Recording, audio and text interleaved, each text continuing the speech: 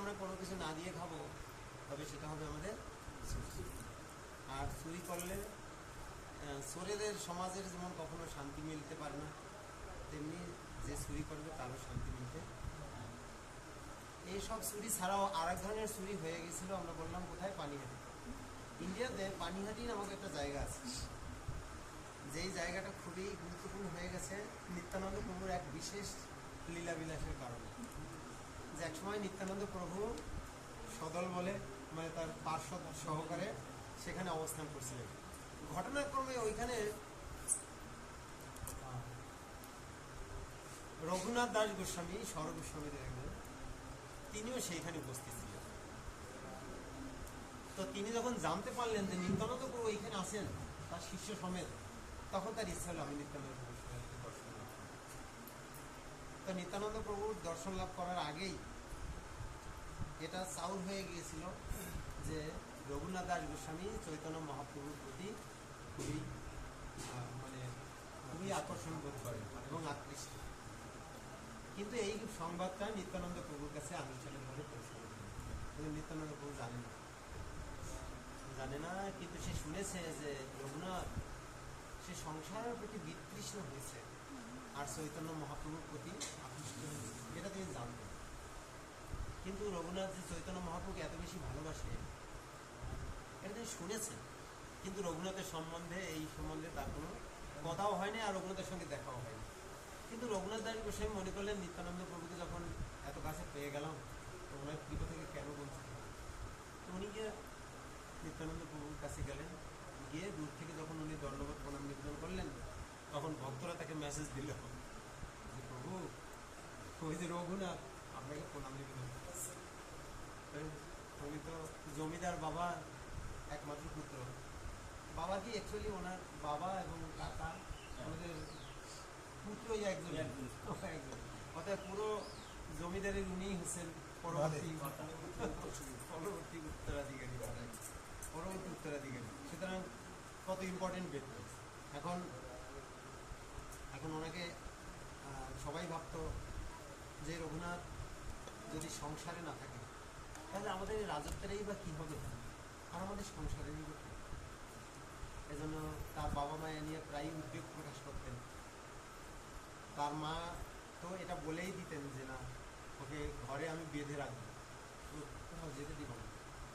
আর বাবা হলো কয়েকজনকে লোক ঠিক করে দিয়েছিল যে তোমরা ওকে নিয়ে যাবে, আবার প্রোগ্রাম শেষে ওকে আবার বাসায় দিয়ে।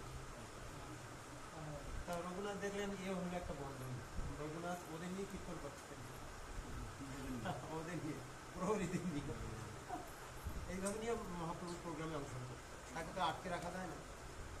তখন এসব সত্ত্বেও উনি যখন এসব বন্ধনও মানতে চাইতেন না, তখন ওনার মা একসময় চেষ্টা করলো ওকে বাড়িতে আমি শেকল দিয়ে বেঁধে রেখে।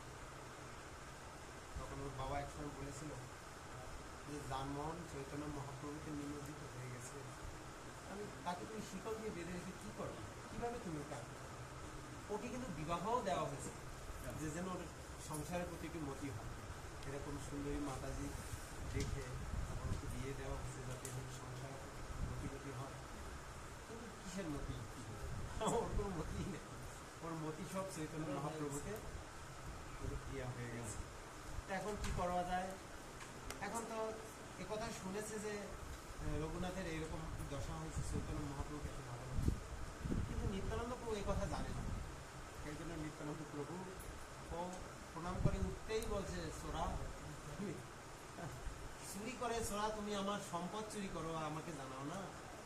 কারণ নিত্যানন্দ প্রভুর সম্পদ হচ্ছে চৈতন্য মহাপ্রভু, আর তুমি চৈতন্যকে ভালোবাসো, তাকে তুমি আপন করে নিয়েছো, কিন্তু আমাকে জানাও না, এইটাই তোমার অপরাধ, এটাই হচ্ছে চুরি, তুমি আমার চৈতন্য ধন চুরি করছো, এটাই হচ্ছে তোমার অপরাধ। আর এই অপরাধের তোমাকে আমি এখন দণ্ড দান করবো, আসো চোরা তোমাকে আমি দণ্ড দেব। চৈতন্য যে সুন্দর বর্ণনা আছে, আমরা পানিহাটির মাহাত্মে খুব সুন্দর বলা আছে, খুব গ্রন্থ নাই তো আমি ভালো দিতে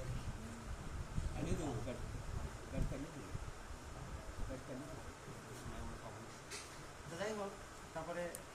তারপরে নিত্যানন্দ প্রভু কাছে আইসে তখন দু হাত জোর করে বসেছে, প্রভু আপনি আমাকে যা দণ্ড দিবেন আপনি আমাকে দয়া করে দণ্ড দিন এবং সেটা আমি পালন করতে চাই।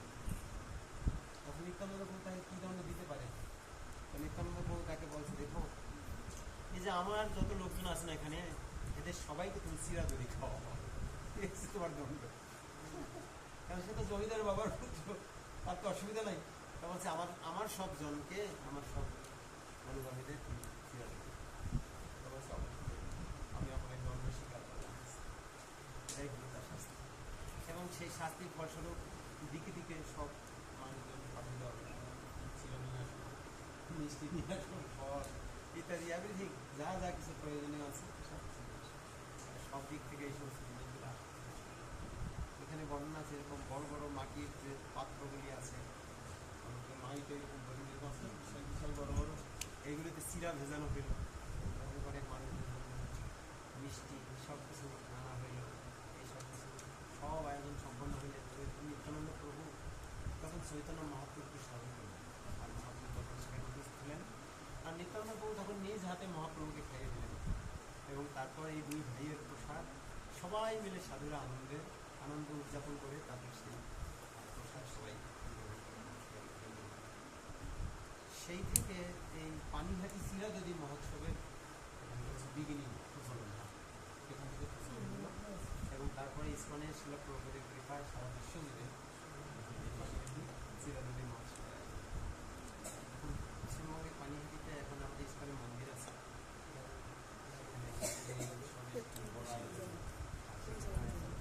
এছাড়াও বিভিন্নভাবে আয়োজন হয়। যেখানে আমরা দ্বন্দ্ব বিষয়ে কাশীর মন্দিরটা আছে, তার কাছে একদম কাশীর নদীর নদীর গঙ্গার পাড়ে, যেখানে দ্বন্দ্ব বিষয়। আমরা যখন তীর্থ ভ্রমণে যাবো তখন আমরা পানিহাটি বেড়াতে যেতে পারি, দেখে আসতে পারি যে নিত্যানন্দ প্রভুর কোথায় হয়েছিল, আর সেখান থেকে আমরা আরও বেশি মহিমা জেনে নিতে পারবো।